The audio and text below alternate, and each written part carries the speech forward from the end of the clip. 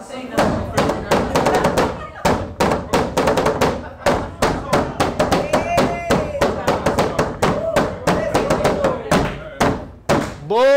dia a todos! Bom dia! Foi fraquíssimo, fraquíssimo. Bom dia a todos! Bom dia! Bem, senhoras e senhores, vamos reiniciar mais uma fantástica viagem ao mundo do direito constitucional. Por favor, apertem os cintos e desliguem seus celulares.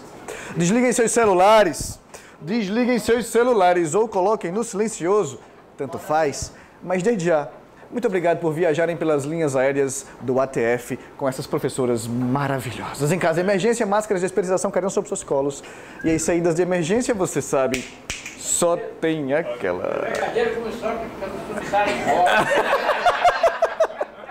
Pessoal, vou passar a palavra para as minhas amigas professoras, mas antes eu quero dizer para vocês que foi uma honra ter essa jornada de 2 meses, uma jornada curta, né? Mas 2 meses com vocês. Foi muito, muito gratificante. E acho que a palavra é essa mesmo, tá? Honra. Vamos agora nessa parte final dar o sprint para a linha de chegada, né? É uma corrida diferente, porque não ganha quem chega primeiro, ganha quem chega. E acredito aqui que amanhã, linha de chegada, todos nós vamos chegar. Eu não vou me alongar muito não, porque eu só choro no final. Por isso eu tenho que passar logo a palavra para Manu. Mas, para passar para elas, eu vou dizer também que foi uma honra ter vocês duas do meu lado, né? Eu sempre encarei a OAB sozinho.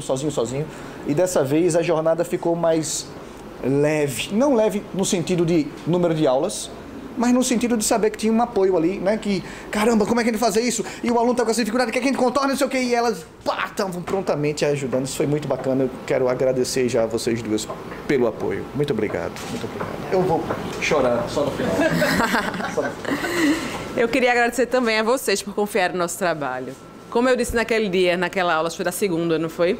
A gente fez o melhor que a gente podia com as armas que a gente tinha. E eu sei que vocês também fizeram. Eu também queria agradecer aos meus colegas. Eu fui aluna de Nelson e eu estava com saudade disso aí, porque esse negócio é novidade para vocês, mas ele já fazia essa caída de máscaras desde a minha época, né? Normalmente.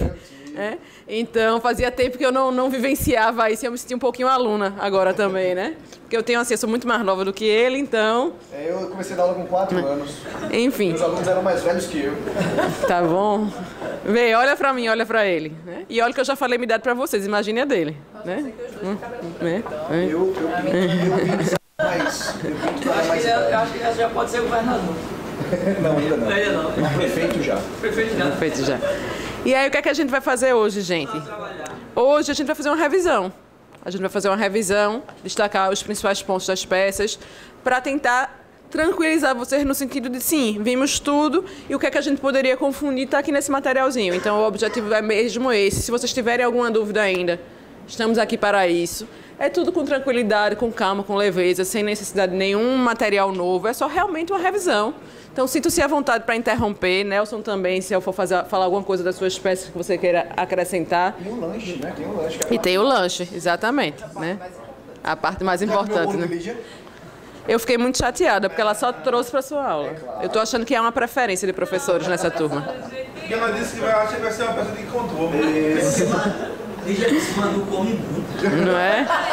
Espalhar esse boato. Espalhar esse boato, né? Espalhar esse boato que eu tenho um mendigo na barriga. Veja, eu já tive 2 crianças, né?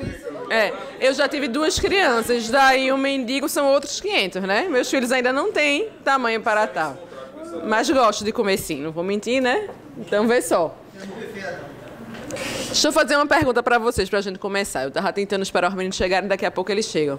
Quando vocês saem da prova, qual é a primeira pergunta que vocês se fazem? Encontrou um colega, encontrasse Gerson na saída, o que é que tu vai perguntar a ele?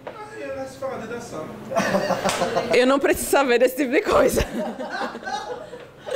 E aí, qual foi a peça? Pulou, né? Mas a primeira pergunta é, qual foi a peça? Não é isso que vocês querem saber? Então, o que é que a gente vai revisar aqui? As diferenças entre as peças, para que vocês não confundam essas peças. E aí eu fazia um passo a passo com vocês, que o Nelson falou que é até um pouquinho invertido em relação ao dele, mas... Na verdade, a ideia é porque cada mente é um mundo. E às vezes Esqueci. Às vezes eu assisto, sei lá, uma aula específica e entendo de um jeito, mas você assiste a mesma aula e entende de outro, ou não entende, ou percebe as fichas vão caindo de formas diferentes. E isso ficou muito claro para mim. Eu nunca contei essa história, mas eu fui da minha turminha de alfabetização, eu fui o último a ser alfabetizado. Eu tenho um delay, sabe? Quem me alfabetizou foi minha mãe. A professora disse para minha mãe, né? A tia Lenira disse assim: olha, seu filho é burro. Seu filho não aprende. Sei lá, 4 anos? Não, 4 não, mas uns 6 anos, 5 anos. Seu filho não aprende. E aí minha mãe, lembro dela chorando muito e a gente estudando no chão de casa. Tinha um sofá, a gente não sentava no sofá, estava no chão. E ela ia lá, B com A-L-O, né? Que era o alô. Forma o quê? E eu dizia, telefone. Sabe? Jumentinho. E aí ela começou a perceber que eu aprendia de uma forma diferente. Só que a professora estava ali para ensinar como se todo mundo aprendesse da mesma maneira. Eu levo isso para a minha vida como professor, para o resto da minha vida. E fui aprendendo outras coisas, obviamente, no caminho. E às vezes a estrutura que Manu fala aqui, cara, é muito massa. Mas talvez alguns aqui não entendam daquele jeito. Por isso, eu me reuni com, acho que não todos, só por causa da minha amiga aqui, não foi? Porque você não podia, mas a gente faz isso hoje, tá? Existe uma forma, não existe uma forma, existem várias formas. O que eu tentei fazer para você foi perguntas com uma ordem diferente, mas você vai ver que as perguntas são as mesmas. Hoje a gente vai, de forma já ampla, não em pequenos grupos, colocar essa ordem de Manu. Mas você tem aquele meu papelzinho, e eu tenho para você também, né? Que é a mesma pergunta, só que numa ordem de trás para frente. Qual é a melhor? É você quem diz. Percebe? É você quem diz. E se o jumentinho aqui passou, você passa também. Vai, Manu. Se todo jumentinho fosse assim, hein, gente? Aí vê só. E aí, como é que a gente faz, gente? Né? Naquele esqueminha que a gente já vinha trabalhando para a gente identificar as nossas peças. Quando eu trabalhei com vocês, qual foi a primeira pergunta que a gente se fez? Tu sabe mais nada? Em que fase processual eu tô? Não foi isso que a gente conversou? Qual é a fase processual? Já existe demanda judicial? E se não existe, vai ser o quê? Uma inicial. Ah, não, já existe demanda judicial e já tem uma decisão. Opa. E se já tem uma decisão? É um recurso. Vai ser um recurso. Ah, não, a gente tem uma demanda judicial, mas ainda não tem uma decisão. Pediram para eu prestar, meu cliente prestar informações ou responder. É o que agora? Contestação. Então, a gente tem aqui as nossas fases processuais, que pode ser inicial recursal, que é a maioria, mas a gente ainda tem aqui a resposta do réu. Temos uma fase não processual, se por acaso te fizerem uma consulta jurídica, que é aquele parecer que eu falei para vocês, que não está no nosso edital. Está no edital de administrativo, porque lá existe um parecer obrigatório, mas que uma vez teve um gabarito duplo. A gente ainda tem a reclamação, que ela tem um movimento um pouquinho diferente, mas como é que a gente identifica ela? Porque ele pede para resolver uma coisa muito rápido. E não é um habeas corpus. Porque se for habeas corpus, o habeas corpus é mais rápido do que a reclamação.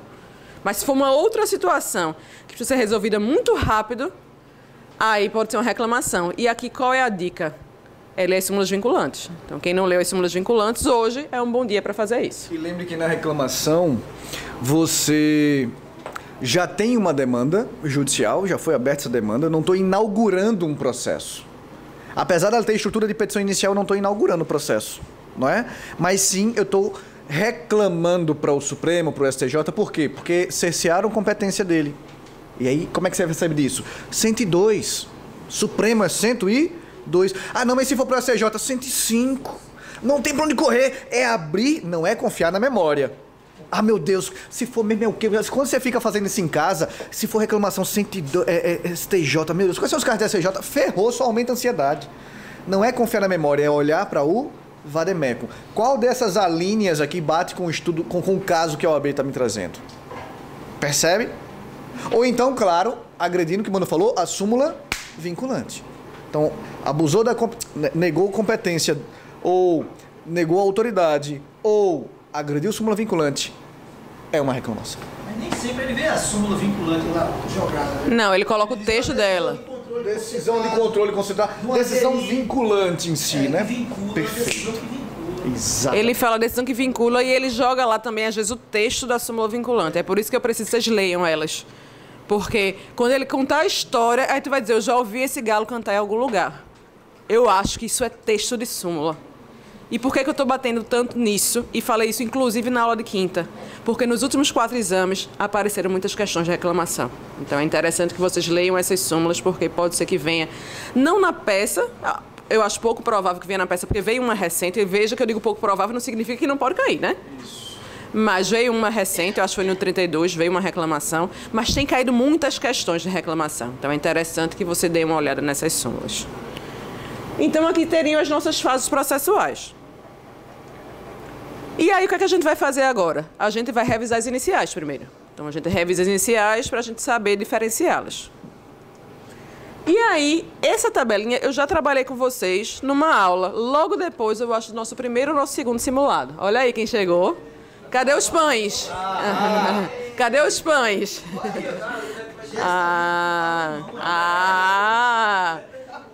Porque já que espalharam o boato sobre a professora precisa agora fazer por onde, né? Já que já fizeram a minha fama, ninguém aqui nunca me viu comer. Me viram uma vez. Olha aí, ó, olha aí. Já funcionou, Então, vê só. Eu tenho... Tu queres, Nelson, fazer essa diferença? Porque eu já fiz com eles isso uma vez. Não, fica à vontade, fica à vontade. É porque como eu já fiz, aí você poderia falar de um jeito diferente. Então tá bom, então certo. Então, vê só, gente. A gente tem aqui uma diferençazinha entre os tipos de controle. Inclusive, eu já apresentei para vocês essa mesma tabelinha. É a mesma. Para diferenciar uma ação de controle concentrado de uma ação de caso concreto, de controle difuso. E qual é a grande diferença? É que na ação de controle concentrado, eu não estou falando de gente. Eu estou falando de quê? De lei em tese. Então, a gente não está falando de um direito subjetivo que tem aquela triangulação, que tem o autor, o réu e o juiz. Não. É uma coisa hipotética, uma lei que quer se derrubar. Ou a ausência de uma norma no ordenamento jurídico. O legitimado, que não é o autor, ele é um legitimado, ele leva a demanda ao crivo do judiciário, ele não está preocupado com as pessoas. A preocupação dele é com o ordenamento jurídico. Então, a gente tem essa grande diferença. Quando eu falo do controle concreto, não. É o direito de alguém. E aí, esse controle pode acontecer em qualquer ação do ordenamento jurídico, mas, no nosso caso, a gente tem as nossas ações específicas, que são os nossos remédios constitucionais. E, quando não é nenhum deles, a gente pensa ali na ação civil pública ou na ação de procedimento comum, que foram as ações que a gente viu. Então, o objetivo da demanda no controle concreto, também conhecido como difuso, qual é? É tutelar o direito de alguém. Então, é a liberdade de locomoção de alguém que está cerceada ou ameaçada de lesão. É aquela pessoa que quer conhecer uma informação de caráter pessoal e foi negado. É alguém que quer exercer um direito fundamental previsto na Constituição, mas não consegue porque está faltando a lei. Ou é um outro direito. Alguém passou no concurso em primeiro lugar e o segundo lugar foi nomeado. Ou alguém que precisava de um tratamento médico e foi negado. Então, isso é tudo direito de gente. É alguém. É seu Zé, é seu João, é seu Geraldo, é Meraldo, é Anderson, é Tamires, é Dona Jeane, é Marina. É alguém que tinha um direito. Esse direito estava previsto na Constituição. E a pessoa teve esse direito lesado ou ameaçado de lesão. Pode ser também um direito difuso, no caso de uma ação popular ou de uma ação civil pública. O patrimônio histórico, cultural. Entende? Então, André, que era cidadão, morava do lado de uma igreja em Olinda e chegou por lá, estavam derrubando a igreja para construir um prédio. Uma igreja que era uma igreja antiga, histórica, por exemplo. Então, aqui eu tenho alguém que tem um interesse. E, nesse caso, a gente vai ter a triangulação. Um autor, um réu, que pode ser normalmente uma autoridade coatora, alguém que era da administração pública ou equiparado a ela, que deveria facilitar a nossa vida, e esse alguém fez o quê? Atrapalhou. Já nas ações de controle abstrato, é diferente. Não se está preocupado com o direito de ninguém. A questão é o quê? É a lei em tese. Então, essa lei aqui, ela desrespeita frontalmente o texto da Constituição. Então, esse legitimado, que são específicos, estão lá no artigo 103, um deles acordou, viu o Diário Oficial que tinha uma lei nova, foi publicada e disse, ó, essa lei aqui não combina, ela não respeita o texto da nossa Constituição. E, por esse motivo, ela precisa ser retirada do ordenamento jurídico. Percebe que é completamente diferente. Ah, professora, mas tem ali o mandado de injunção e a ADO, que dá para confundir. Não, não dá para confundir. Primeiro que o objeto do mandado de injunção ele é menor. Eles são só os direitos fundamentais lesados e uma pessoa não consegue exercer porque faltou uma lei. No caso da ADO, o legitimado ele pode pensar em qualquer norma que precise de um complemento que não tenha. E ele quer simplesmente reorganizar o ordenamento jurídico. Ele não está preocupado com o direito das pessoas. A inconstitucionalidade, quando eu falo do controle concreto difuso, é a causa de pedir. Ou seja, a fundamentação. Eu tenho direito e eu posso cobrar porque isso violou a Constituição. Enquanto que, na inconstitucionalidade de controle abstrato, é o principal, é o pedido de fato. Quando o Nelson ensinou para vocês já a ADI, qual era o pedido principal? A inconstitucionalidade da norma e a retirada dela do ordenamento jurídico, não era isso? Então, lá... Eu entro pedindo o quê? Eu quero que essa lei seja declarada inconstitucional, saia do ordenamento. No controle concreto, em caso concreto, a gente diz caso concreto porque tem um autor, tem um réu, eu estou brigando com alguém. Esse alguém provavelmente é uma autoridade. Aqui eu não quero a lei seja retirada, aqui eu quero o meu direito. No controle em caso concreto é como se eu fosse mais egoísta. Eu estou defendendo o meu direito. Olha, eu fui prejudicado, por isso eu quero o meu direito contra aquele réu. No difuso, no concentrado, também por isso chamado de abstrato ou em tese.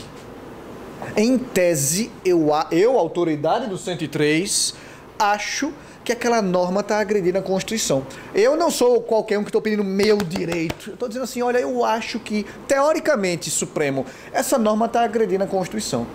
E é muito fácil de você reconhecer. Por quê? Porque você vai, pelo amor de Deus, abrir o Vademécum e procurar o artigo 103 e ver as autoridades.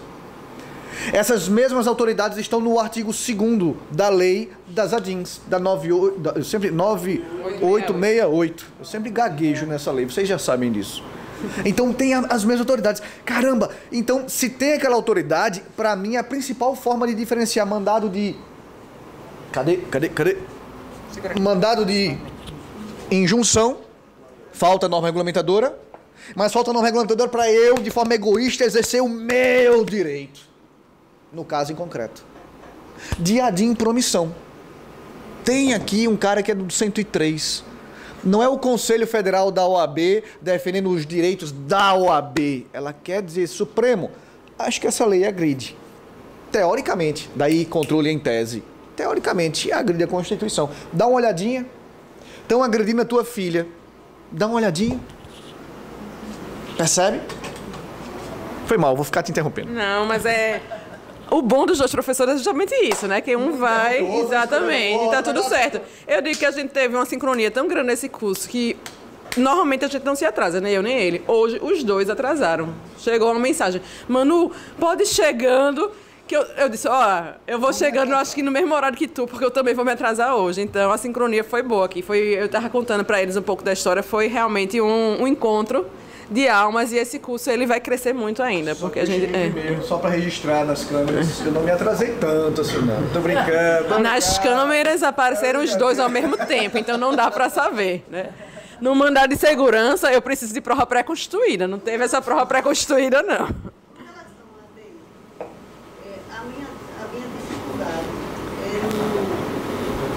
Na autoridade, quando você tem a autoridade, tem a lei, aí quem vem primeiro? Porque no controle abstrato, né? Eu fico na dúvida se vai ser o passivo, a lei, ou em seguida a autoridade, ou a autoridade depois a lei. Boa. Lembra que Manu chama de cereja do bolo, a peculiaridade de cada uma, né? Essa cereja do bolo... Tem gente que não gosta muito de cereja, né? Nas ações de controle em geral, ela não foge àquela estrutura de petição inicial. Então a gente vai para a legitimidade ativa, endereçamento. Eu quero saber quem vem primeiro, se é o ovo ou a galinha. Isso, o endereçamento da ação de controle é muito fácil, endereçamento, porque é sempre o Supremo, não é? A ADINS, a DECON, a DPF. Ah, Nelson, mas lembra, a gente falou aqui, se for uma norma estadual agredindo a Constituição do Estado, é a única hipótese que eu vou fazer uma ação para o TJ local. Mas chances disso pode acontecer. Mas se vier em questão. Nas ADINs, nas ADECONs, na ADPF, o que acontece? Endereçamento sempre Supremo. Aí eu vou qualificar as partes. Qual é o diferencial da ação de controle? É que, como ela é controle em tese, é um controle de uma lei em abstrato, não há um autor e um réu brigando. Por isso, há o autor, legitimidade ativa, vai ser alguém no 103, e a legitimidade passiva, eu estou entrando contra quem? Não há uma pessoa. Ah, é contra o presidente. Não, eu estou entrando contra uma norma. A legitimidade passiva numa ação de controle, por exemplo, pode nem existir, você nem abrir o tópico. Ou se abrir, vai ser contra a norma que a prova está oferecendo. Contra aquela lei, ou contra aquele tratado internacional, ou contra uma emenda constitucional, contra aquelas normas do artigo 59 da Constituição. Aí a senhora decide se quer abrir a legitimidade passiva, da legitimidade passiva. O legitimado passivo aqui, no caso, em tese, é a lei tal. Aí pode até dizer... Na lei estadual, por exemplo, quem é o responsável pela lei estadual? Pois aí, onde está? Não é a lei estadual que está agredindo a Constituição? Eu nem preciso, eu vou botar a lei estadual. Agora eu posso, querendo, se a prova informar, eu posso dizer quem foi que fez aquela lei. A Assembleia, mas veja que não é contra a Assembleia. Não é contra a Assembleia, você vai botar lá, em face da lei XYZ, vírgula, editada pela Assembleia Legislativa e sancionada pelo governador, mas não é contra a Assembleia, nem contra o governador, não, é contra a lei em tese. Não há um réu aqui, não há um legitimado passivo concreto. Você pode pecar por excesso, sem problema. Então, vê só, as ações de remédios condicionais de controle concreto são processos comuns, normais. Eu sou normal. Então, são ações normais, que tem autor, réu, juiz. As ações de controle abstrato são viajadas, abstratas. Nelson não é muito normal, não. Ele é meio viajado, meio abstrato, não é isso? Aí você lembra disso. Eita, as ações de Manu são de gente normal. Tudo bem, ela gosta de comer um pouco mais do que as outras pessoas, mas isso é normal. Já Nelson, ele é uma viagem. Vê, lá de Vicência. Quando tu for lá para Vicência, tu viajar. Porque vê que negócio louco. Tu vai entrar com a ação, não é contra uma pessoa, é contra uma lei. E tu não é qualquer um, tu é uma nome específico. Exatamente. O teu cliente é uma autoridade, exatamente. Então, que está lá no 103, na Constituição, um rol específico de gente chique que está lá na Constituição. Eu não estava falando de você, eu estava falando dos legitimados, mas tudo bem. Então, vê só. A professora grossa, né? Ainda deu um fora no coleguinha. Então, vê só. Quando for a viagem, quando for para bater numa lei ou reclamar da ausência de uma lei, ou para dizer essa lei ela existe, mas ela é constitucional porque tinha uma controvérsia judicial relevante ali, não tem o réu. Eu estou falando de uma norma, não é viajado isso. É abstrato. Isso vai ser o quê? Controle abstrato. Tu tá lá em Vicência, ó, viajando com o Nelson. Agora, quando for algo normal, comum, que pode até gostar de comer um pouco mais do que as outras pessoas, mas é comum. Autor, réu, juiz, tu estás onde? Legislativa, normalmente o titular de direito, tutelado ou um substituto processual, como a gente viu nas demandas coletivas, por exemplo. Aqui não, tem que ser um dos legitimados lá do artigo 103. E o processo é subjetivo, tem parte. Tem Daniel, tem Gerson, tem André, tem Ronaldo, que está lá atrás. Oi? Decorei todos. Decorei todos os nomes. Tudo bem, 15 dias depois eu esqueço, brincadeira, né? Mas eu decorei todos os nomes. Alguém tem que decorar. Então, veja só, né? Alguém tem que decorar. Que ele disse que não decora, eu decoro. Então, veja só, se tiver gente, vai ser o quê? Controle concreto. E tu vai excluir todas as ações de Nelson. Tu não vai mais pensar nas ações de controle concentrado. Então, é assim que a gente começa a diferenciar. Ah, não tem um réu, dona Jeane. Não tem um réu. Ele está querendo que a gente bata numa lei. Ou ele está questionando a ausência dessa lei. Ou ele quer que a gente diga que essa lei ela é constitucional. Ou pode até nem ser exatamente propriamente a lei, mas um ato de governo, no caso da DPF. Mas é isso que está sendo questionado, não é o direito de alguém. E aí, nesse caso, você vai fazer o quê? Vai fazer uma ação de controle concentrado. Certo? A prova, ela traz algumas expressões que ajudam você a distinguir Então, ela dá uns recados no meio do texto. E ela fala assim, ó, com efeito erga omnes. E algo que tem efeito erga omnes é para todo mundo. E as minhas ações, normalmente, elas não têm efeito erga omnes, os resultados delas, normalmente. Uma ou outra, uma situação ou outra de mandado de injunção, mas não seria aí o caso. Ou de uma ação popular, enfim. Mas quando ela coloca essa expressão, ela está querendo falar de quem? Do viajado, do abstrato. Efeitos vinculantes. Análise em abstrato. Percebe que tudo isso ele está te levando a pensar em algo realmente abstrato, que é até fácil de digerir. Eu entendo a angústia, dona Jeane. Como é que eu vou entrar com uma ação que não é contra uma pessoa? É contra uma lei. É, porque o procedimento é especial. É justamente isso. As ações de controle concentrado, elas dão essa indigestão mesmo, porque é difícil você entender como é que uma ação é que é o réu, não é uma pessoa. Por quê? Porque o processo ele não é subjetivo. Não tem gente envolvida. A legitimidade ativa, o autor, ele também nem é autor na prática. Ele é só um legitimado. Ele é alguém que pode levar isso ao crivo do Supremo para o Supremo analisar. Ele não é alguém integrante ali diretamente interessado. Ele está ali representando, de fato, a sociedade. O que é que eu tenho mais? Aí ele fala diretamente a ação do controle concentrado, lei em tese ou ausência de lei em tese, efeitos para todos os indivíduos no território brasileiro ou no território nacional, ação contra a lei em si, processo objetivo.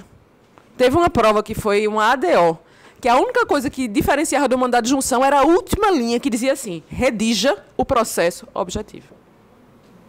E quando ele fala objetivo, tem gente envolvida? Não. Ele está falando de quem? Da lei em tese. Certo? E perceba o outro gatilho, né? Era o autor apresentado, era a autoridade 103? Sim. Opa, processo subjetivo. E a pessoa que te procurou tá no 103? Cara, se tá no 103 entre uma mandado de injunção e uma ADIM por omissão, a gente vai para aquele que tem força erga omnes, força vinculante, num processo objetivo. Percebe? Então, são pistas, a aprovação deixa pistas. E você vai pegando o que aparecer ali. Às vezes a gente lê pela primeira vez e, minha amiga aqui, uma das coisas que eu sugiro sempre é você... Eu não consigo ficar com os braços parados. Eu não consigo ficar com os braços parados. Você segura o microfone. Eu não consigo. E aí, uma das coisas que eu sempre sugiro é... Vai pegar a prova... No dia... Amanhã. A possibilidade do nervosismo estar atrapalhando tua visão é enorme. Eu sempre fui muito tranquilo para provas. Tanto é que tem a história do vademecum, que eu peguei meu vademecum faltando 30 minutinhos para os portões fecharem na Biblioteca da Católica mesmo, que ficava naquela época aberta. Mas por quê? Demência, não recomendo também não, né? Demência. Aí peguei lá o vademecum, não vi se tinham escrito alguma coisa, peguei 2, naquela época eu podia levar livro. 2 livros, só tinha penal e trabalho naquela época. Penal e trabalho. Lembra como fosse hoje, eu tinha 4 aninhos, aí eu ficava pulando assim para pegar na estante, porque eu era novinho. E nesses 2 livros é penal parte especial, penal parte geral. Acho que eu contei essa história aqui, aí eu sentei lá na minha cadeirinha, fiquei esperando, a fiscal vai vir, né, para você esfolhear o seu vademecum, ver se está tudo bonitinho. Teu vademecum está tudo bonitinho, você fez como a gente indicou aqui. No meu estava todo riscado, o cara fazia esquemas, algum filho da mãe, aluno, né, estava estudando pelo vademecum da universidade e riscando tudo. Eu nem tinha visto isso. E aí eu comecei a ver... Eu lembro como se fosse hoje, Valéria, colega de classe, entrando com uma mala. Só que Valéria é do Ceará. Eu pensei, vai viajar depois da prova. Vai pro Ceará. Tá certo, deixar pra ela deixar pra mim. Aí veio outra pessoa com outra mala, eu disse, vai viajar, e outra pessoa, e a turma tava levando malas. E o cara que sentou do meu lado abriu a mala dele e começou a tirar livros e livros e livros. E tirou caneta, ele começou a tirar caneta, botar assim, caneta. Quando eu pensei que ele tinha terminado, começou a tirar lápis. Eu disse, danou-se, nem lápis eu posso usar aqui nessa prova. Eu tinha uma caneta. Meu amigo que gosta de estourar canetas no simulado, leve 3, 4. 7. Ótimo. 7 é exagero. Eu tinha uma caneta. Mas veja, o que eu quero mostrar para vocês, é que, ainda que você não tenha essa tendência de ficar nervoso ou nervosa, se tiver, pior ainda, mas ainda que você não tenha, lê a prova primeiro. Lê a peça, lê as 4 questões. Agora é uma leitura rápida, tá? Não é uma leitura de, meu Deus, Manu falou assim. Não, lê. Quando você estiver lendo as questões, é provável, é certo, de que teu subconsciente está trabalhando para identificar a peça que você acabou de ler. Eita caramba, acho que é uma mandado de junção. Eita caramba, acho que é uma ADIM. Eita caramba, acho que é uma... Só que ali o cortisol ainda está muito alto. A chance de você ter deixado escapar alguns pontos, de ter escolhido, por exemplo, um mandado de junção quando na verdade é uma autoridade 103. Ou o oposto, pensou que era um mandado de injunção, uma ADIM promissão, mas não tem na peça nenhuma autoridade do 103. A chance é enorme, então você está lendo as questões. Dá tempo para o teu corpo baixar um pouco. Outra coisa. Olha para mim. Eu sou carente. Olha para mim. Outra coisa, quando está lendo as questões, cara, uma delas vai ser igual a mulher lá da propaganda da insinuante. Vai ser patorar. Uma delas é possível que você não faça a menor ideia. Normalmente é a primeira, para deixar você desestabilizado. Uma delas é difícil. Uma delas ou você sabe ou você diz assim, não faço a menor ideia. Deixa essa por último. Outra vai ser fácil. Vai ser um negócio assim que uma pesquisa rápida no Vademec você vai encontrar. Talvez você nem identifique essa questão de cara, mas você vai ver que tem uma que é fácil, para você garantir aí pelo menos um pontinho. Se não a pontuação máxima, no mínimo um pontinho. Uma delas vai ser fácil. E as outras duas vão estar ali na média, vai dar um trabalhozinho, você vai acertar metade, um pouco mais da metade, vai dar um trabalho. Essa leitura inicial é importante por quê? Porque também, além de baixar, dá tempo do teu organismo se adequar, baixar a adrenalina, é importante porque você vai ver, teu subconsciente, qual é a provável peça e quais são as questões fáceis. Minha recomendação, cara, eu gosto de começar pela peça. Se for o seu caso, comece pela peça. Ah não, Nelson, eu gosto de começar pelas questões. Vai pela mais fácil. Por que você vai perder tempo na difícil? Como Dona Jane, que relatou para mim uma vez, quinta-feira, que ficava na primeira fase batendo a cabeça ali naquelas que ela não sabia, e um belo dia ela foi lá e começou a resolver primeiro as mais fáceis. É isso! Garante teu ponto. Garante aquilo. Eu estou saindo um pouco do roteiro, mas eu acredito que seja importante. Ó, tem uma pesquisa que mostra que quando você vai fazer uma prova, teu índice de concentração ele vai diminuindo. Vai caindo aos pouquinhos.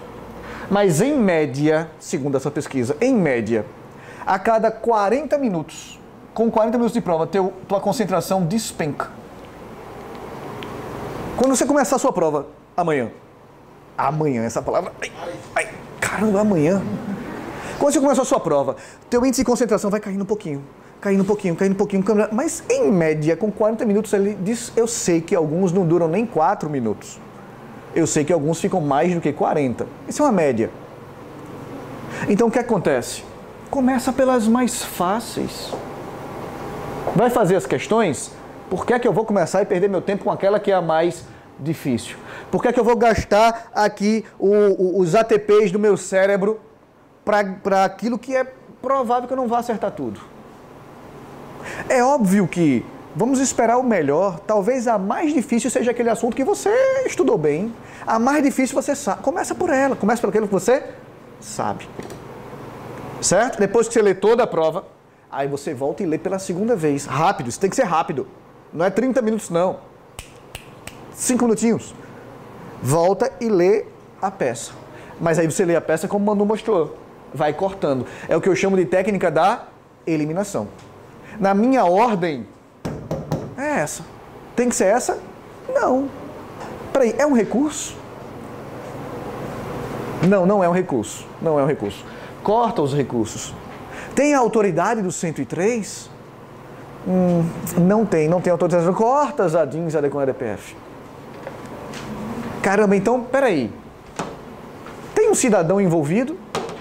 Talvez tenha. Mas aí você vai olhar o vademecum. Cara, não puxa pela memória, pelo amor de Deus. Olha o vademecum para tu passar. Tu vai passar se olhar o vademecum. É só isso.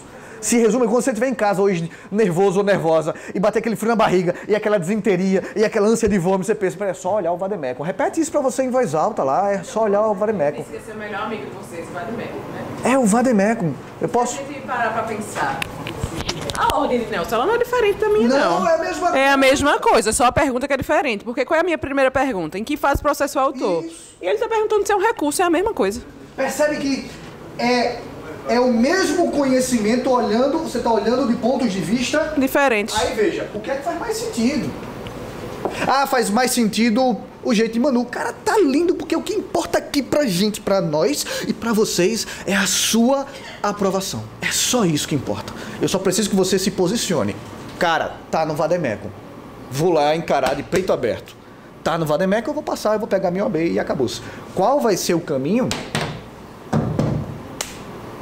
Esse medo de responder, será que eu vou saber ou não? Ele é muito mais para a primeira fase. Nessa segunda fase, a gente está com o Vademecum. A FGV ela não vai fugir tanto do Vademecum com tantas perguntas teóricas numa prova dessa, porque ela sabe que você está com o seu Vademecum e o seu Vademecum está na mão.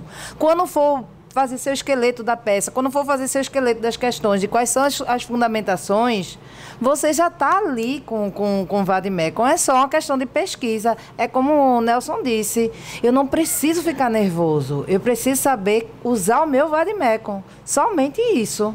Minha calma é tá no Vademecum. Exatamente, o mantra é esse, tá no Vademecum. O mantra é esse, gostei. Posso ouvir um amém, igreja? Amém. E uma coisa que Nelson falou, muito importante, que eu falo muito com vocês, é sobre a primeira leitura. Vocês também lembram a história que eu contei da minha prova, né? Que teve uma errata e que quase eu enlouqueço.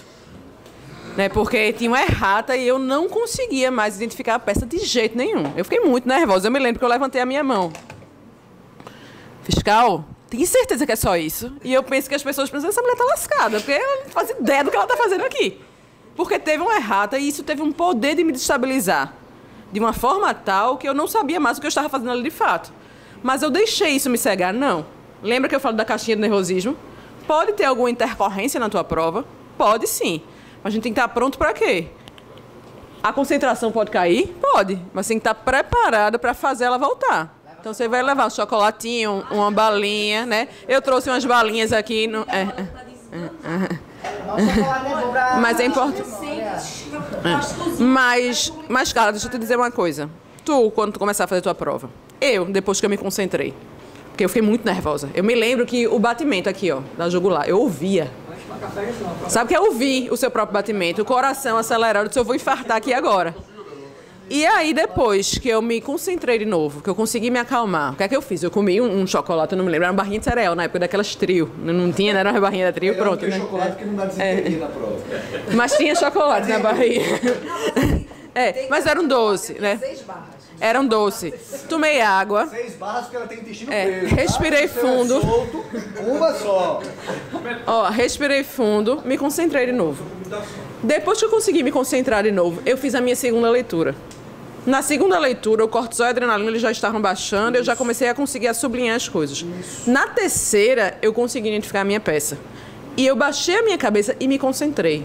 Eu só levantei a minha cabeça de novo quando eu terminei. Então, podiam estar comendo laranja cravo, porque tem gente que é sacana, bicho. Leva laranja cravo pra prova. Sim, mas ela dava Cheetos. Mas laranja cravo é pra se lascar, porque o cheiro, né, contamina a sala inteira. Mas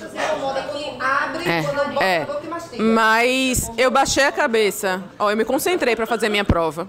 Baixei a cabeça e só levantei quando eu terminei. Professora, nesse meio tempo, a tua concentração, ela baixou? Baixou. A minha peça foi um ROC, né? Foi um recurso ordinário constitucional e mandado de segurança. Fácil. E aí, é muito fácil. É o melhor recurso para cair. E aí, eu fiz o ROC todinho, fiz a peça todinha, e quando eu terminei e fui fazer as questões, eu voltei. Aquela noia que dá na cabeça de aluno mesmo. Isso não é um ROC, não, é uma apelação. Eu errei, eu não vou passar, me desestabilizei de novo. Ou seja, ele pulou da caixinha dele e se espalhou o nervosismo. Eu disse, pronto, lascou, não vou passar, não tem mais folha. Eu ainda perguntei, tem folha? Eu posso pegar outra folha? Veja a inocência da pessoa, primeira vez que eu estava fazendo a prova, né? O que me estava pensando, essa menina, ela não vai passar. Primeiro, ela pergunta se é só isso mesmo. Depois, ela me pede mais folha. E aí, fique tranquilo, rapaz, chega lá. E aí, o que é que eu fiz com o nervosismo? Guardei ele de novo. Eu li de novo, não tinha nem como ser uma apelação, porque nem era sentença, gente.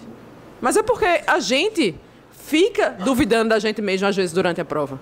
Então, eu preciso que vocês tenham o sangue frio, para que se isso acontecer, e pode acontecer, é ter o sangue frio de se concentrar. E é essa hora que vale o chocolate. Se você não precisar dele, ótimo.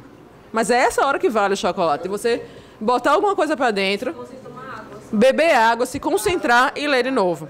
Aquele resto de ovo da Páscoa que tá na sua geladeira. Oxe, nunca. E aí, o que é que eu trouxe aqui? Agora sim, também tem aquela coisa de você já identificar a peça de cara e já querer fazer. Eu não recomendo muito, não. Por quê? Porque a minha primeira leitura, ela não foi nervosa. Ela foi muito nervosa. Na segunda linha, eu vi que era uma DPF. Mas eu fiquei tão assustada de ter identificado tão rápido que eu pedi para fiscal para ir ao banheiro. Primeiro porque eu fui lá dar uma risada que eu identifiquei rápido, né? Aí eu cheguei no banheiro, eu não me esqueço dessa cena. Espelho do banheiro lá da Católica. Aí eu olhei, é uma DPF. Tigra que é uma DPF. Por quê? Porque ninguém acreditava numa DPF, então a gente tinha descartado a DPF. E a gente fez uma revisão da DPF antes de entrar a minha turma. Vai que é, né? Aí a gente fez essa revisão antes de entrar. Aí quando eu pego a prova, que eu leio da segurança, peraí, lei municipal anterior à Constituição, é uma DPF, não é possível que seja uma DPF. Eu parei de ler aí mesmo e fui no banheiro. Voltei, agora eu vou terminar de ler. E era, de fato, uma DPF. Mas, veja, eu não fiz logo a peça de cara, mesmo tendo identificado rapidamente. Por quê? Porque, no meu caso, eu dei sorte. Realmente era. Mas e se não fosse? E se meu nervosismo, o fato de eu ter revisado a DPF antes, tivesse feito... exatamente. Então, tem que ter cuidado com isso. Mas só para confirmar, a gente recebe primeiro o caderno de rascunho, né? Você vai receber e só uma hora depois... Não, chega tudo junto. Isso daí, às vezes, o que acontece é que o fiscal... Eu peguei um para você aqui. Às vezes, o que acontece é que o fiscal, eles recebem um padrão, uma sequência. Mas, às vezes, o cara não segue. E, eventualmente, ele vai passar... Se são dois, isso acontece melhor. Mas, eventualmente, ele vai passar com um caderno e vai dizer, podem começar a prova. Enquanto isso, ele está abrindo lá, ele até atrapalha você e diz assim, ó, pessoal, tá lacrado. Aí ele abre e passa o... Escreve o horário no quadro. Escreve o horário e passa o outro. Às vezes, o intervalo de tempo entre o rascunho e o final é grande. Mas, veja, às vezes o fiscal é mais safo. Ele abre os dois de uma vez e sai botando os dois para você de uma só vez. Mas, veja... O que você vai, no seu caso foi assim, o que você vai fazer é, inicialmente, se ater ao rascunho. E quando eu digo rascunho, acho que isso é importantíssimo, não sei se você percebeu, mas nós três falamos de 3 formas diferentes a mesma coisa. Lê a peça, lê a prova, espera a adrenalina baixar, lê de novo. E quando eu digo ler, falei para cada um de vocês, e vou falar para minha amiga aqui, não vou deixar vocês sair hoje sem isso, mas é técnica da eliminação. É um recurso? Não, não é um recurso. Ou sim, é um recurso. Que recurso? Eu vou abrir o Vademecum. Cara, eu acho que é um rock. Será que é um rock? Eu vou começar por aquela ordem. Rock, rest, resp. Ai, caramba, embargos. Percebe? A gente viu isso também. Mas não é um recurso. Tem a autoridade do 103? Tem uma autoridade do 103 e é uma lei municipal anterior à Constituição até. Nem precisava ser anterior para a lei municipal, é uma lei municipal anterior à Constituição. Então, uma DPF que tinha... Caramba! Será que é uma DPF? Estou lendo isso pela segunda vez. Quer que eu fazer? Os 5 passos do bom advogado. Porque aqui é só para você olhar a sua caixinha do nervosismo e dizer assim... Foda-se. Tem gente gravando, eu sei. Pelo menos eu não fui a primeira. Cara, é isso. O que é os 5 passos? Eu vou endereçar... Peraí, se for realmente uma DPF, o endereçamento está lá no Supremo. Eu vou abrir o Vademecum lá no 102. E aí no inciso 1 eu vou olhar a linha A, caramba, cabe sim. O próprio inciso, lá no 102, o próprio inciso 1 vai mostrar para vocês, olha, não deixa de olhar tal lei, tais leis. Nesse caso é uma lei. A 9882. E aí você vai lá e vai ver que ele está ratificando. Bicho, o endereçamento reforçou aquele que você achava. O segundo passo é um rascunho. Marina fez uma coisa que eu achei muito bacana. No segundo passo, primeiro passo é endereçamento. Segundo passo, o que é que ela faz aqui no segundo passo? É um resumo do caso. E ela faz esse resumo colocando a estrutura.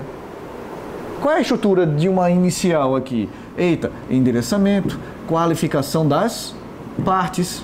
Aí vem aqui o nome. É o retrato, é. Cabimento. Cabimento eu gosto muito do recurso, né? Pro recurso. Mas aqui como é um ADIM dos fatos. E você vai colocando.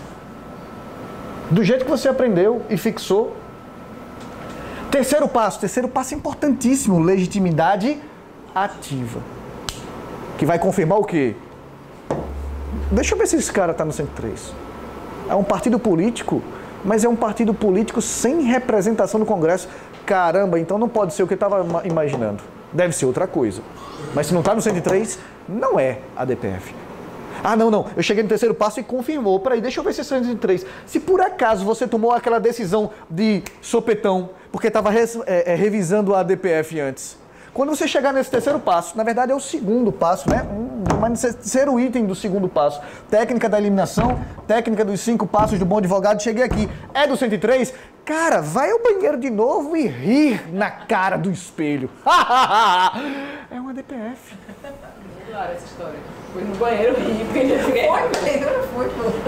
Os outros, legitimidade passiva, no caso de ADINs, não tem um réu, uma pessoa física ou jurídica. Né? Você pode até colocar o responsável pela norma, mas é a norma. E o último passo você deve lembrar muito bem. O último passo é o nome da peça. Acabou. Eu ia mandar uma hashtag na camisa. Hashtag vou rir no banheiro. Vou rir no banheiro. Essa hashtag. Não é vou rir no banheiro. Aí vê só o que eu trouxe aqui pra gente. Só uma diferenciação que vocês já conhecem, mas é só pra vocês terem por onde revisar. Quem quiser dar uma olhada hoje ou amanhã de manhã, que é válido. Eu saber. particularmente prefiro que você vá namorar, dar uns pega em alguém. Né? Você casada, amor, estamos tanto tempo. É hoje. Vamos. Eu preciso aliviar o meu cortisol. Não, Nelson, eu tô solteiro, tô solteira. Vai, bate a porta do vizinho ou da vizinha e diz, ó, explica a tua situação. Rapaz, amanhã eu tô... Me ajuda. Me ajuda. E aí, se for uma pessoa de bom coração? Hoje tem, hein? Hoje tem. Vê só, hoje mas tem. Tem gente que prefere revisar. Se prefere revisar, tá tudo bem. Não, mas eu vou orientar que eles revisem só até às 18, porque dá tempo, né?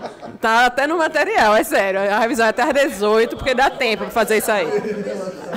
Aí, vê só, gente. Em relação às ações de controle concentrado.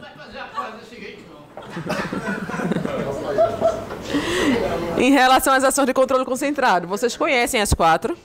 A base legal delas, vocês também já conhecem, tá lá na 9868 para ADI, ADC e ADO, e só a DPF, que ela é tão diferente das outras que ela tem uma lei só para ela. Eu brinco que ela é a diferençona. Fih, pode falar. Na minha DPF, eu não boto essa subsidiariedade. Subsidiariedade. Não. Eu faço ela como 319. A DPF ela é uma ação subsidiária. Eu só boto a questão do... Por exemplo, assim, menciona o ato doloso. Por exemplo... Você pode colocar... No cabimento, mais ou menos. Você bota isso no cabimento. Na verdade, se você abrir um tópico só para isso, você não perde ponto. Ao contrário, você chamou a sua atenção. Tá? A gente não coloca assim porque a gente tenta padronizar o que Manu chama de foto. Né? O esqueleto. A gente tenta padronizar algo. Mas se eu padronizo, cada um já tem sua cereja do bolo, e eu começo a colocar coisas diferentes, fica difícil padronizar. Mas você pode sempre abrir um tópico só para isso. O caráter da subsidiariedade, você pode abrir um tópico só para isso. Mas dentro dos fundamentos isso também resolve, mesmo problema.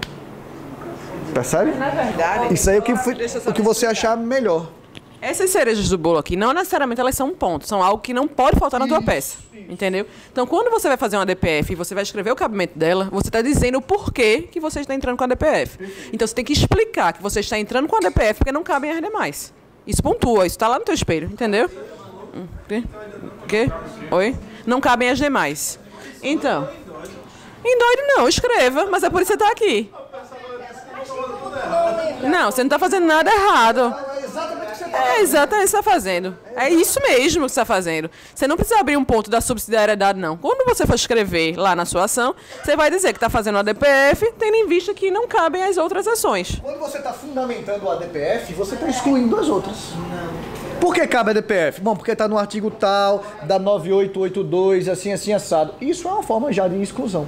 Agora, o que a gente faz é deixar isso escancarado na cara deles.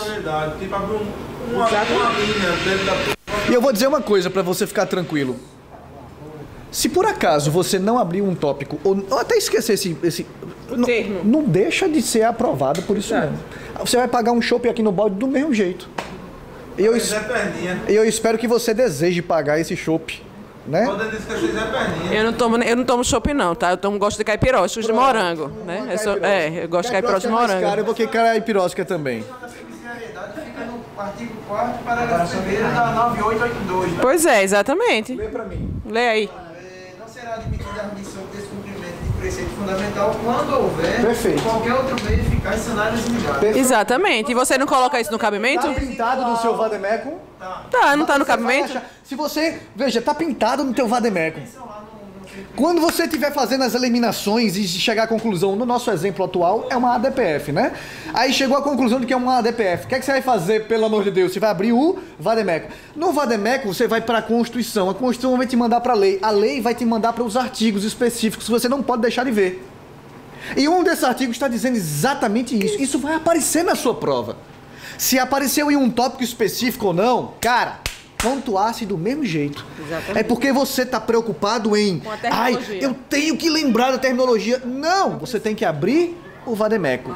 Quem acha que consegue abrir o vademecum amanhã, levanta o braço e diz miau. É isso. É isso. Então veja, talvez o que tenha assustado tenha sido o termo utilizado. Mas é o que você já fazia. É a residualidade do Instituto, é você só utilizar ele quando não couber os outros, está onde? No teu cabimento. Exatamente. Exatamente. Elas são pequenas. Identifiquei qual é a peça, eu vou para a lei da peça. A lei, além de ser pequena, ela está marcada. Então, vocês não têm dificuldades. É aquela história do pedido que eu falo em todo simulado. Não tem como você colocar o pedido sem colocar o dispositivo, porque ele está ali na sua frente. Se não tivesse marcado, se você tivesse que procurar e está faltando pouco tempo, tudo bem, eu até entenderia, mas não tem como, gente. A lei é pequena, ela está marcada, que a gente fez as marcações naquele dia lá da aula da marcação do código. Então, assim... vá para a lei. Você não vai fazer todas as peças. No curso, a gente faz todas as peças. Mas no dia da sua prova, você só vai fazer uma. Então, dedique-se a ler a lei. Uma outra coisa. Professora, se eu esquecer a cereja do bolo, esqueci, passou batido, eu vou reprovar por causa disso? Claro que não. Tu fizesse uma peça fantástica, tu esquecesse só a cereja.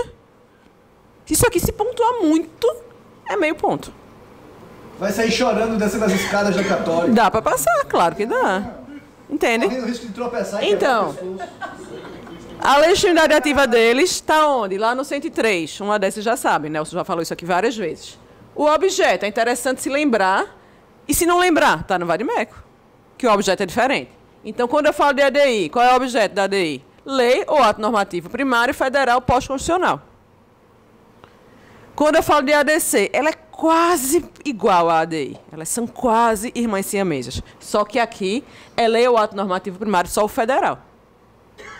E aqui qual seria a cereja do bolo? A controvérsia judicial relevante. Porque se a lei ela já existe, cada um está aplicando ela de um jeito. Então, eu gosto muito do exemplo da Lei Maria da Penha, porque ela foi muito questionada. Então, tinha juiz que aplicava a Maria da Penha do jeito correto para qual ela foi feita. Tinha juiz que aplicava para a relação homoafetiva. Tinha juiz que ele, por si só, era machista por ser uma pessoa mais antiga, por ter aquela natureza, e achar que não precisava aplicar a lei e afastava a norma. Então, em cada lugar do país, se utilizava essa norma de um jeito diferente. Exato. Tá vendo? Tá vendo que tá tudo aí. Agora você tá confiando na força da memória. Se eu fosse um pastor, eu queria ter sido pastor. Na força do seu braço. Quando na verdade você tem que confiar na força divina, obviamente, que vai estar no vademecum. Exatamente. Então, quando você for fazer sua ADC, ela é igualzinho ao ADI. E o que é que tem a mais? A cereja. E o que é? A controvérsia judicial relevante. Por que está entrando com aquela ação? Se toda norma que entra no ordenamento jurídico, ela já tem uma presunção relativa de constitucionalidade. Por quê?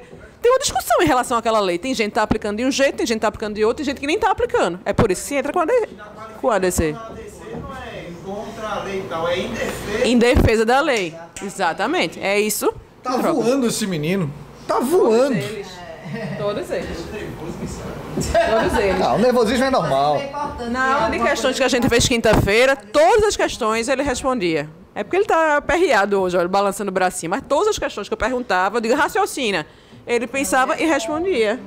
Então fique tranquilo, confie. Ele hoje decidiu ficar nervoso. Confie que vai dar. Aí vê só, quando eu falo aqui da ADO, Aí você tá muito bem, meu. qual é a cereja aqui da ADO? Aqui não tem a lei, ou se tem, ela tá faltando coisa. É a omissão, que pode ser total ou parcial, mas na nossa prova, normalmente, ela é uma omissão total. Ou seja, está faltando a lei e o legitimado está questionando isso. Não é um mandado de junção, que tem alguém que não consegue exercer direito por conta da ausência da lei. Não. O legitimado lá do 113, ele está dizendo assim, ó, responsável por fazer essa norma. A Constituição mandou tu fazer, cadê? E a cereja do bolo, tanto num quanto no outro, é da omissão inconstitucional. Exatamente. Vai abrir o tópico lá da omissão inconstitucional. Qual é a omissão? A prova diz. A prova diz qual é a omissão. Você vai abrir o tópico e falar aquilo que já está no teu caderninho. É, a lei, a ausência da norma XYZ que regula o direito tal. Você vai regular, você vai copiar indiretamente aquilo que a própria prova trouxe para você. E por que, Manu, a cereja da DPF é justamente a subsidiariedade? Porque o objeto dela também é muito maior, né? Cabe muito mais coisa. Lembra que eu falei que ela é bombril, feito mandado de segurança? O mandado de segurança dá para um monte de coisa. A DPF também. Então, se a ação de controle não coube nos outros objetos, entra aqui. Aí aqui, ó, tem lei ou ato normativo primário federal, estadual, municipal, ato normativo secundário, normas pré-constitucionais e até decisão judicial se não estiver transitado em julgado ainda. Então, por quê? Porque é tudo ato de governo. Então, numa situação dessa, tudo que sobrou entra aqui na DPF. Tanto que a lei da DPF ela veio depois justamente para tapar as arestas deixadas pela lei 9868. Ela foi publicada um pouquinho depois. Mas a nossa banca é uma banca consistente, que ela, na verdade, quando ela faz as peças, ela tenta ajudar o aluno de todas as formas. Então, ela não vai colocar um cabimento obscuro. Veja a prova de Juliana, de ADPF, que caiu. Era um ato normativo municipal e pré-constitucional. Então, se você não se ligasse que era municipal, você via que era pré-constitucional ou vice-versa. Não é fácil. Não é bonitinha não, boazinha não. É porque ela não quer enfrentar recurso. Exatamente. Então ela vai tampar todos os buracos para deixar uma saída só para você. É só você ter a tranquilidade de ler. As pouquíssimas vezes que ele fez isso. E ela aprende com os erros. O gabarito duplo. E a FGV, ela aprende com os erros, ela vai evoluindo.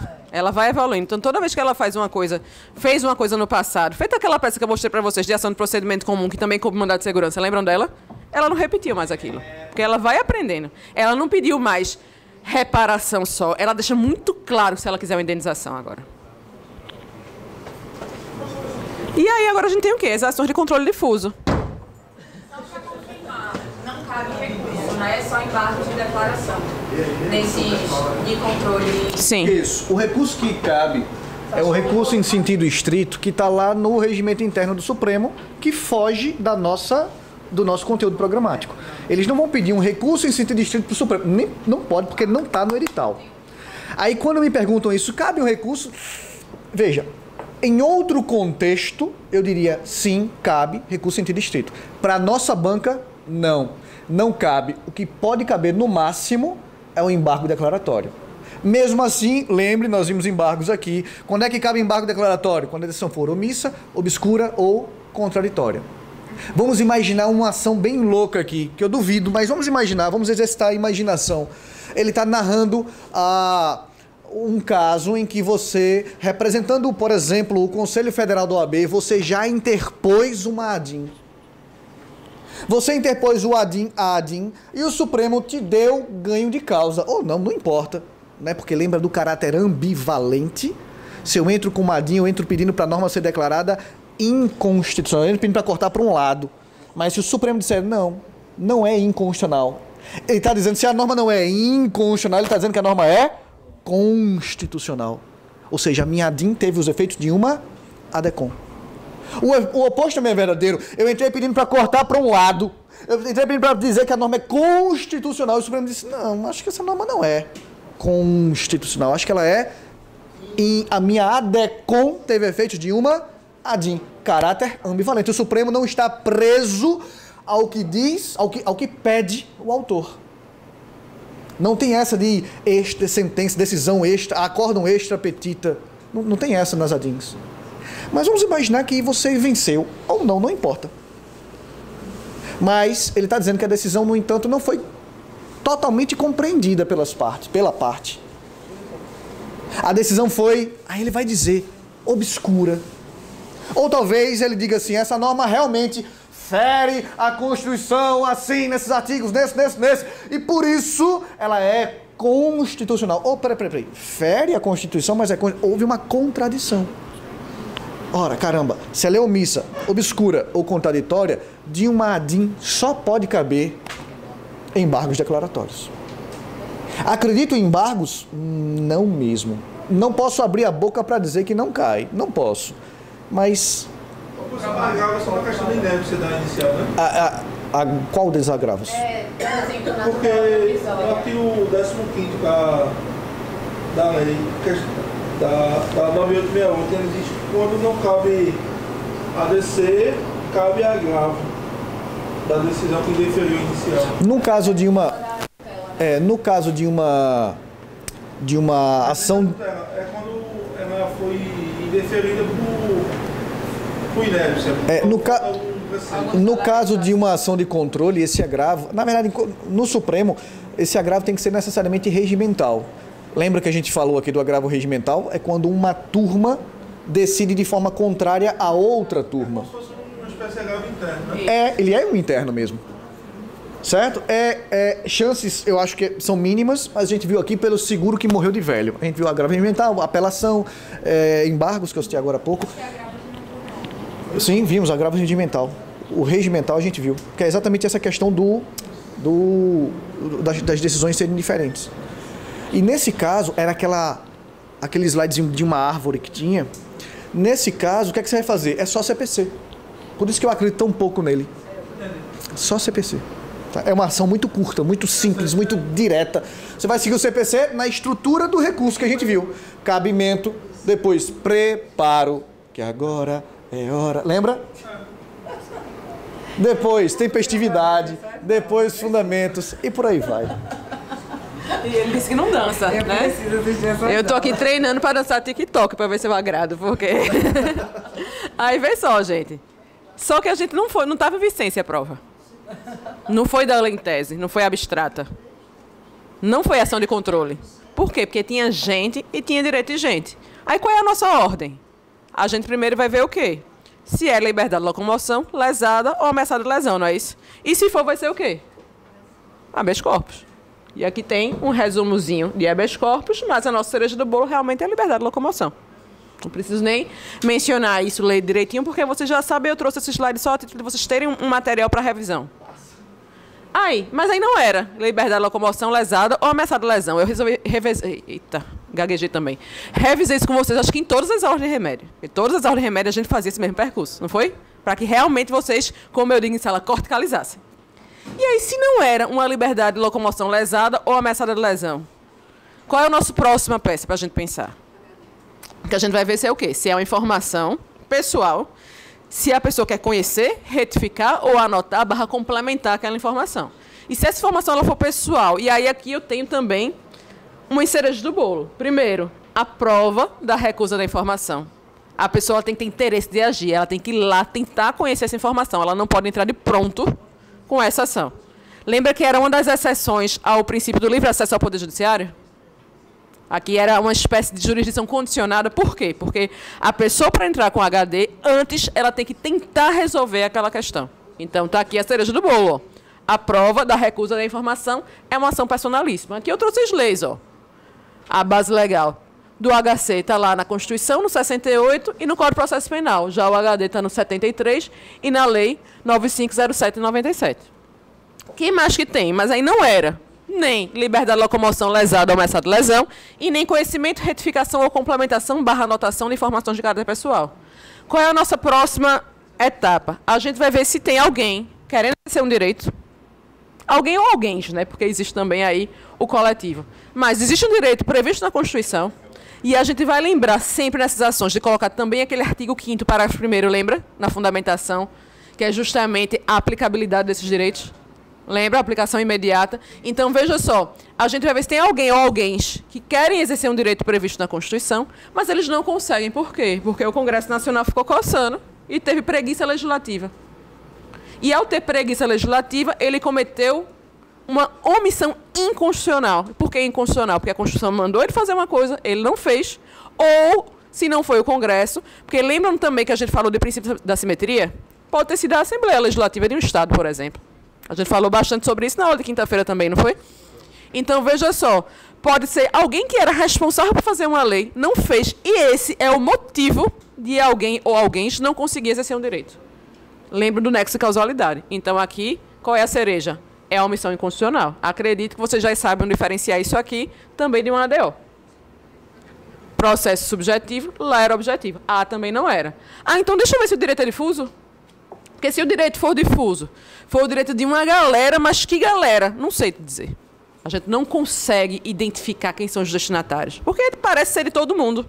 É um direito tão amplo que nem divide, e eu nem consigo identificar quem são esses destinatários. Sei lá, o meio ambiente, o patrimônio histórico-cultural, a moralidade administrativa. E aí, nesse caso, se o direito é um direito desse tipo, aí quando você vai ler o caso, quem é que está entrando com a ação? O cidadão. Aí essa é boa demais. Porque essa é fácil. E essa, ele fica perguntando quais são as minhas apostas. Vocês já sabem, essa é uma das minhas apostas. A ação popular é sim uma das minhas apostas. Ele pergunta toda a aula. Quando eu vou dizer, ele não está prestando atenção, tá vendo? Tá vendo tu? Então, sim, a ação popular é uma das minhas apostas para esse ano. Não é a única aposta. Eu não trabalho com a única aposta. Mas... Eu aposto 3. Eu acho que ou vai ser um remédio, ou uma ação de controle... Ou um recurso. Hoje pode apostar. Entende? Hoje é justo. Mas a ação popular seria um direito difuso. E aqui, qual é a cereja do bolo? É justamente essa legitimidade ativa. Porque é só do cidadão. Certo? Não. A ação civil pública eles estão devendo já. É. E a DPF não poderia ser não? Já Poderia também. Pode ser. Ninguém está enxergando o... Poderia também. Eu falo isso no final. Pode ser também. Então, veja só. Não era. Não era um direito difuso. Se não era um direito difuso, era um direito líquido, certo? É. Foi rápido? Foi antes de 120 dias? Foi. Tinha autoridade coatora? Tinha também. Eita, e não cabia nenhum dos outros. Preenchia ou não preenchia os requisitos? Então pode ser o quê? Um mandado de segurança. Que pode ser individual ou pode ser coletivo. Se alguma dessas autoridades aqui tiver no polo passivo. E no nosso caso, no polo ativo, perdão, vai ser quem que vai nos contratar? A associação ou a entidade de classe, né? Normalmente é a associação, mas ou a entidade de classe, ou a organização sindical aqui, o sindicato da categoria, eles podem aqui nos procurar para entrar com um mandado de segurança para tutelar o interesse daquela categoria. Vê que o direito coletivo aqui é diferente. É o direito de uma categoria. Uma galera que tem ali uma relação jurídica ou que um fato comum lesou ali o direito de todo mundo. É diferente lá do direito da ação popular. E aqui, qual é a cereja do bolo? É justamente o direito líquido, certo, mas temos mais algumas. Esse bolo tem 3 cerejas. Porque tem aquela tempestividade, que é interessante a gente lembrar do prazo, porque se estourou o prazo, já pensa numa ação comum, ou uma ação no procedimento comum. E temos também a subsidiariedade. Ou seja, eu tenho que dizer na minha peça que eu estou entrando com mandado de segurança porque não coube os demais remédios constitucionais. Aí a gente tem lá a súmula 101, que fala que quando couber ação popular não cabe mandado de segurança, e tem também o próprio texto da Constituição e da lei, que falam que se couber habeas corpus e habeas data, não caberia também mandado de segurança. Mas isso estão cansados de saber, porque a gente revisa toda a aula quase. O próprio artigo 5º já diz. Se você abre o 5º, o que é que o 5º está fazendo? Está te mandando para as leis, está dizendo a estrutura da peça, está dizendo tudo, cara. Tudo. Eu sei que você tá nervoso ou nervosa, mas veja, você sabe e sabe onde tá. Exatamente. Aí, alguém ia fazer uma pergunta. Pode perguntar, Vera. Valdênio, pode perguntar. Tá só repetindo. Pronto. Aí, vê só. Eu abri a minha peça e eu vi um mandado de segurança na minha primeira leitura. Tô até feliz, fui pro banheiro e sorri. Eita, arrasei, mandado de segurança. Mas voltei pra minha segunda leitura. E quando eu voltei para a minha segunda leitura, eu prestei atenção em uma coisa. Estourou o prazo. E se era? E se era um mandado de segurança e estourou o prazo, passa a ser o que agora? Uma ação comum, ação de procedimento comum. Ah, não estourou o prazo, não. Mas tinha ali que, no final, eu precisava fazer uma reparação, uma indenização. O meu cliente queria uma indenização. E, para ter indenização, dá para ser só com prova pré-constituída? Não. Precisa de dilação probatória, tem que ter testemunha, vão ter que, talvez, pegar um vídeo de uma câmera, outras coisas. Então, nesse caso, não seria mais um mandado de segurança. Se faltou um dos requisitos... Eita, ele não deixou muito claro quem era a autoridade coatora. Vocês lembram que, no espelho da ação comum que eu li com vocês, ele dizia isso? Ele explicou porque não era um mandado de segurança. Ele falou assim, não fica claro quem é a autoridade coatora. Esse é um outro indício de que não é um mandado de segurança. Então, faltou dos requisitos. Porque, veja, a ação comum é a ação mais comum do nosso ordenamento jurídico. Mas, no nosso caso, que temos ações de procedimento especial, ela é residual. A gente vai pensar nela quando não couber o mandado de segurança individual. Você pensa nele e faltou nos requisitos, e a gente já viu os 4 requisitos. Só para a gente relembrar quem são os requisitos. A residualidade não cabe aos demais. Tem que ter uma autoridade coatora, tem que estar tempestivo e o direito tem que ser líquido e certo. A gente lembra desses requisitos aí. Joia? Assistente de palco, né? Aqui fica. Agora é assim, que é o caldeirão, né? Do Hulk. Agora é assim, a dancinha. Caldeirão do Hulk. Vê o que eu misturei. E o programa de Marco Mignon. O velho sou eu. E o programa de Marcos Mignon. É porque não era de Hulk, eu confundi. É porque eu não assisto muito Globo mais. Mas eu vi a dancinha, que eles ficam assim no programa lá. Pois pronto. Aí não é a ação comum. Veja, e agora, como foi então a peça? Eu vi uma ação popular todinha, professora. Tinha lá o direito difuso. Todinha a ação popular. Mas quando eu fui procurar o cidadão, quem estava lá? A associação. E se era uma ação popular todinha, escritinha, sem tirar nem pôr, mas quando eu fui procurar o danado cidadão, eu achei até que ele estava me tapeando, que ele botou uma vereadora ou um deputado, não tinha uma associação. E nesse caso vai ser quem? A ação civil pública. Vai ser uma ação civil pública. Ô, professora, existia aí um outro cabimento para ação civil pública? Até existe. Se você visualizou um mandado de segurança coletivo e estourou algum dos requisitos. Aí também poderia ser uma ação civil pública. Mas na nossa prova, como é que ele pede? A ação popular todinha, mas no lugar do cidadão vai ter uma associação. Pode falar, Marina. Pode ter reparação? Pode, aqui pode. Pode. Que é o que vai diferenciar e afastar o mandado de segurança coletivo. Mas em relação à ação comum? Também pode. Todas as ações que têm o procedimento comum, e quais são as nossas? A ação popular, a ação civil pública e a ação de procedimento comum, como o nome já diz. Todas elas podem ter aí o pedido de indenização. Só não vai ser ação de procedimento comum se a associação tiver menos de um ano de constituição. Isso. Ou se não tiver um cidadão. Constituir os critérios. Isso, exatamente. E tem alguma coisa residual, não, né? Onde? Na ação comum, não, né? Não precisa colocar, porque ela não é residual na prática, na vida real. Ela não é residual. Ela é residual pra gente. A gente só vai escolher ela quando não couber mais nada. Mas, a rigor, no mundo lá fora, ela é a mais usada. Até porque a ação comum, o nome dela, na verdade, não é esse, né? Ela vai ser uma ação de obrigação de fazer, uma ação indenizatória, que ela segue o rito ali do Código de Processo Civil. Então, são várias as ações. Então, essas ações que vocês fazem no estágio de vocês, são todas ações comuns. A obrigação de dar, a obrigação de fazer, uma ação indenizatória, enfim, andulatória. Só não vai inventar amanhã de seguir a estrutura que você faz no estágio. Não tem nada de errado nessa estrutura. Mas o que a gente vem apresentando há 2 meses aqui para vocês tem um motivo de ser para que você encaixe o espelho na sua peça. É muito estudo de banca isso, na verdade. A estrutura do HC.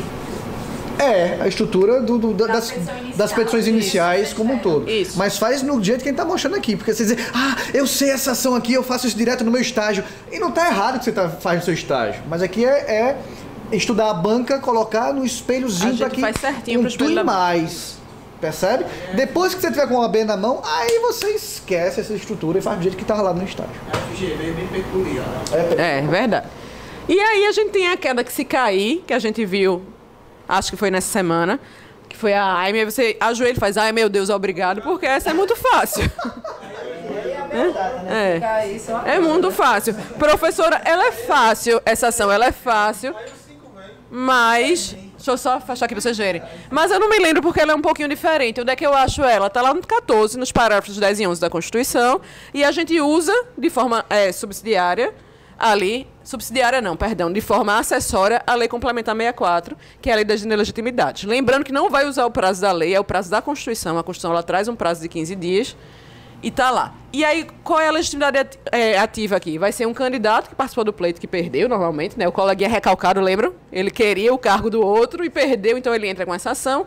E se não for ele, quem pode mais? Um partido político que tenha participado daquele pleito, uma coligação ou o Ministério Público que não vai nos contratar porque eles têm capacidade postulatória. Certo? O objetivo aqui é invalidar... Oi? Sim, são as palavras-chave. Exatamente. Né? Exatamente. Aí aqui o objetivo é invalidar a diplomação para tutelar a legitimidade das eleições e resguardar a confiabilidade do processo eleitoral. Aqui você vai pedir justamente para que aquela diplomação ela seja desconstruída, não é isso? Então, no caso da eleição majoritária de chefe do executivo e vice, você vai pedir novas eleições também. E qual é a cereja do bolo aqui? As provas do cabimento de abuso de poder econômico, corrupção ou fraude. Meraldo trouxe na aula até um cabimento bem interessante, que eu até vou usar em sala de aula, que ele falou dos partidos que estavam colocando só de fachada a cota de mulheres. A cota de gênero. Então, a gente usa isso que foi fruto da nossa pesquisa. Exatamente, né? Mas eu digo que eu aprendo muito com eles, inclusive, né? É pesquisa. Depois de junho você pode usar, mas quando aparecer a menino. A gente vai usar e vai dizer assim, cara, como foi que você pensou nisso? Rapaz, muito tempo de estudo. E aí, mas tem aquelas coisas que a gente vê no interior, né? De bujão de água mineral, de gás, eu vou te dar um tijolo para tu construir tua casa, esse tipo de coisa para a pessoa votar. Né? É só porque ele é do interior. Tem, mas no caso da pesquisa de gênero tem. E a tempestividade, como eu disse aqui, porque o prazo você não vai usar o da lei, você vai usar da Constituição, que é de 15 dias. A contestação é a outra fase processual. Então, só voltando assim para a gente amarrar um raciocínio. Em que fase processual eu estou? Ou no caso de Nelson, é recurso ou não é recurso? Estamos em inicial, certo? E se a gente está em inicial, a gente vai olhar assim, alguma daquelas palavras-chave que levam a gente para a ação de controle concentrado. No caso dele, ele fala assim, está lá no 103, o legitimado? Se está, você pensa em controle concentrado e você vai fazer a ação de controle concentrado. Não está, tem gente. É direito subjetivo. Vou fazer uma ação de remédio constitucional ou uma ação de procedimento comum, uma ação civil pública, se for o caso. Ok, não era essa fase processual. Nem era recurso. Era uma resposta. Professora, você acha que vai cair contestação? Veja, eu não acho muito provável, mas em direito administrativo já caiu 3 vezes. A gente vai excluir? Não, não vai excluir. Então, se for uma resposta, como é que eu faço? A estrutura dela é bem semelhante à da inicial, só a nomenclatura das coisas que é um pouquinho diferente. E como é? Está lá no 335 seguinte.